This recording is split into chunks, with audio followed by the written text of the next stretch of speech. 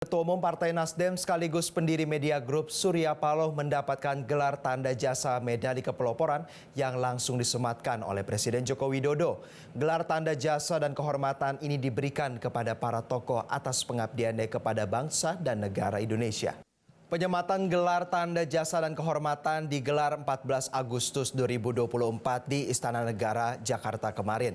Surya Paloh menyatakan bersyukur atas penghargaan yang diterimanya dan menjadi motivasi dalam menjaga idealisme termasuk berkontribusi bagi kehidupan berbangsa dan bernegara.